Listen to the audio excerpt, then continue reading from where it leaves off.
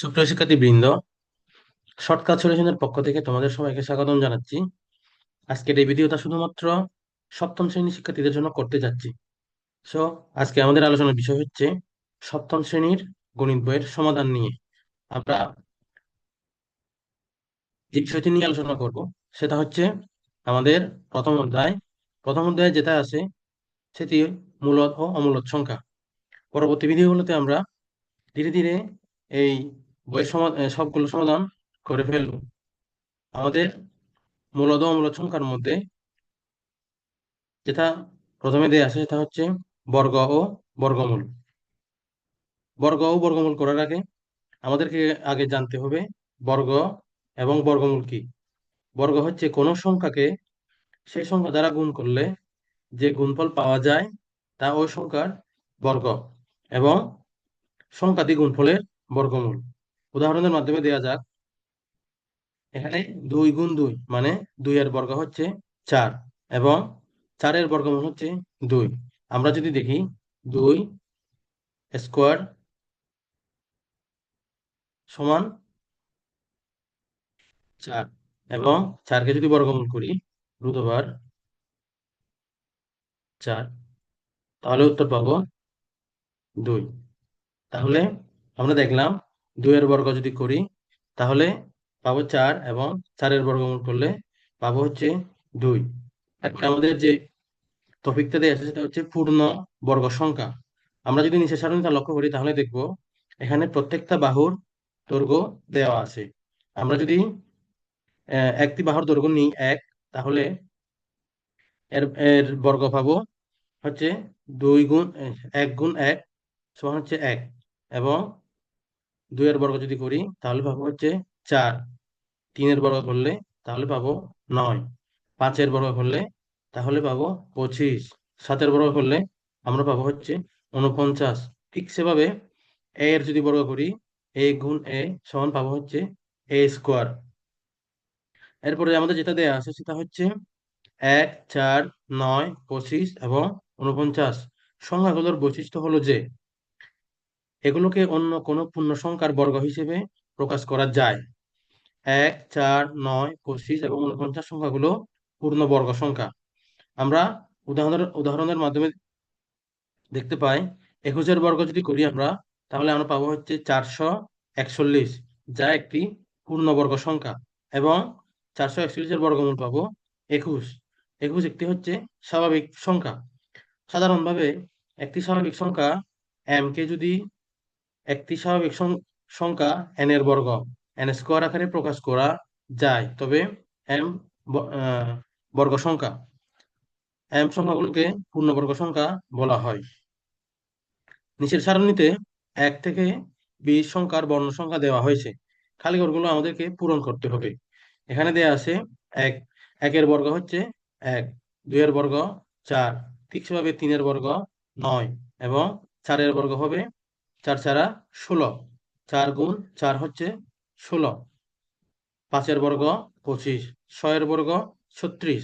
7-এর বর্গ হচ্ছে 7 7 7 গুণ 7, 7 গুণ 7, তাহলে আমরা পাবো হচ্ছে 49।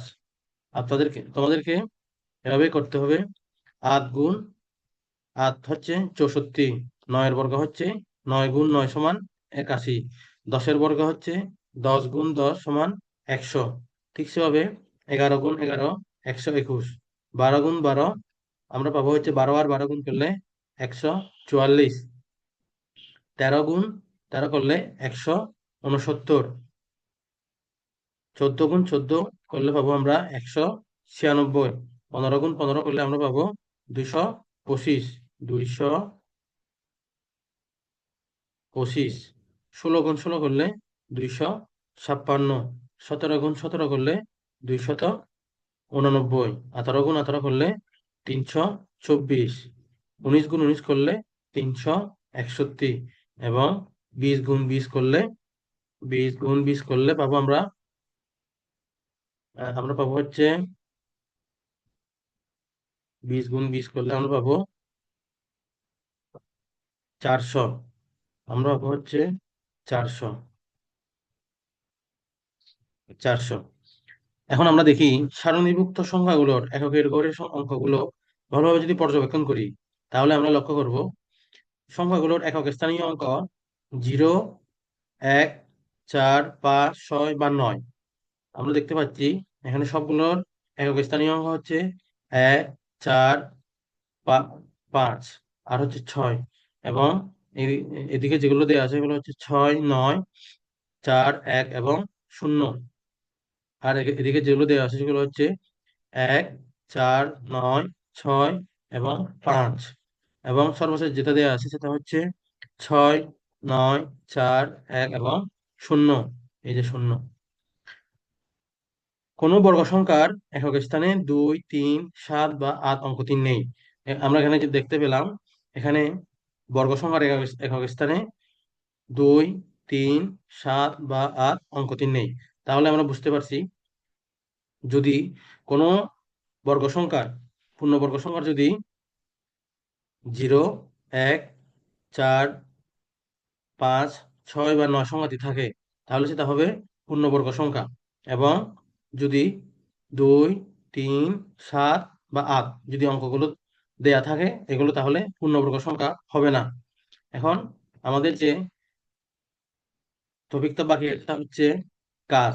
এই যে কাজগুলো আমাদেরকে করতে হবে। প্রথম যে কাজটা দেওয়া আছে সেটা হচ্ছে কোন সংখ্যার একক স্থানীয় অঙ্ক 0, 1, 4, 5, 6, 9 হলে কি সংখ্যাটি বর্গ সংখ্যা হবে, এটা হবে কিনা? তাহলে আমাদের উত্তর হবে, একের উত্তর হবে, একের উত্তর হবে না। কেননা তা আমি হচ্ছে উদাহরণের মাধ্যমে বোঝানোর চেষ্টা করব। আমরা যদি একটা সংখ্যা নিই, ধরি 55, 55 নিলাম এবং এর যদি বর্গমূল করি, তাহলে আমরা পাবো হচ্ছে 7 দশমিক সামথিং পাবো, ধরি 500 এরকম পাবো। তাহলে এটা পূর্ণবর্গ সংখ্যা নয়। তাহলে আমরা দেখলাম এখানে কোন সংখ্যার একক স্থানীয় অঙ্ক যদি 0, 1, 4, 5, 6 আর 9 যদি থাকে, তাহলে সেটা পূর্ণবর্গ সংখ্যা হবে না। এখন আমাদের 2 নম্বর প্রশ্নে যেগুলো দেওয়া আছে সেটা হচ্ছে নিচের সংখ্যাগুলোর কোনগুলো পূর্ণবর্গ সংখ্যা তা নির্ণয় করতে হবে।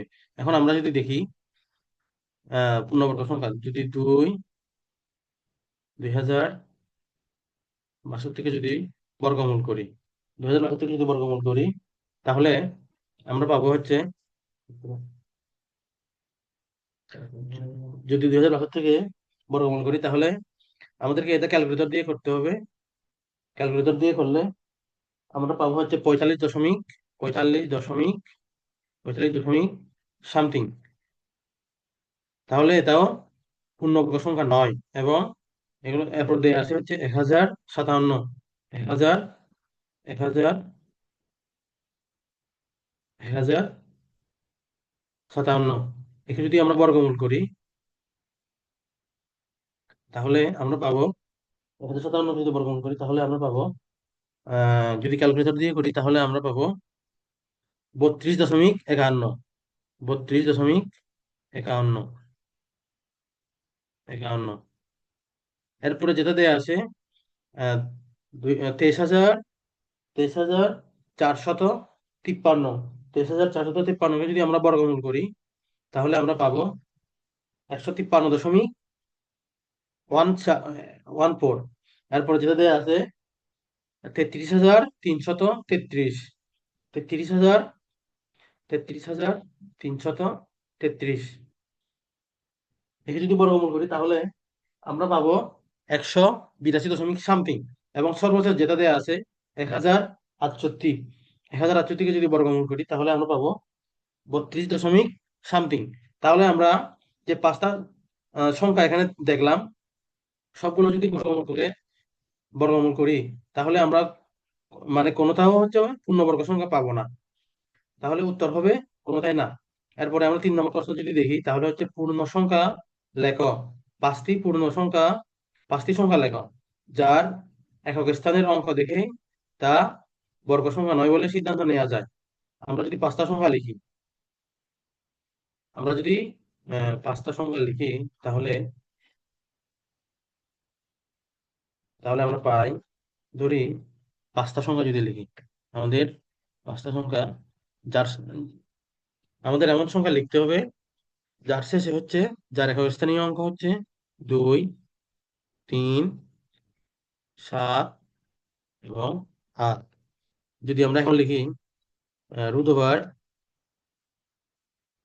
রুট ওভার 1000, 1003, একে যদি একে যদি বর্গমূল করি, তাহলে আমরা আহ, পূর্ণ পূর্ণ সংখ্যা পূর্ণ সংখ্যা পাবো না। যদি 1003কে বর্গ করি, তাহলে 1003কে যদি বর্গমূল করি, তাহলে আমরা পূর্ণ সংখ্যা পাবো না। যেমন আমরা যদি 1003কে বর্গমূল করি, তাহলে পাবো হচ্ছে 31 দশমিক 31 দশমিক সামথিং, 31.667, 67, 67। ঠিক সেভাবে আমরা যদি এভাবে পাঁচটা সংখ্যা লিখি যাদের শেষে হচ্ছে 2, 0, 2, 3, 2, 3, 7, 8 এরকম সংখ্যা দেওয়া থাকে, তাহলে আমরা কোনো পূর্ণবর্গ সংখ্যা পাবো না। সো প্রিয় শিক্ষার্থীবৃন্দ, আজকে আমাদের ক্লাসটা এই পর্যন্ত। পরবর্তী ক্লাসে আমরা আলোচনা করব হচ্ছে মূলদ ও মূলদ সংখ্যা নিয়ে। সবাই ভালো থাকবা। আগামী ক্লাসে আবার দেখা হবে। ধন্যবাদ সবাইকে।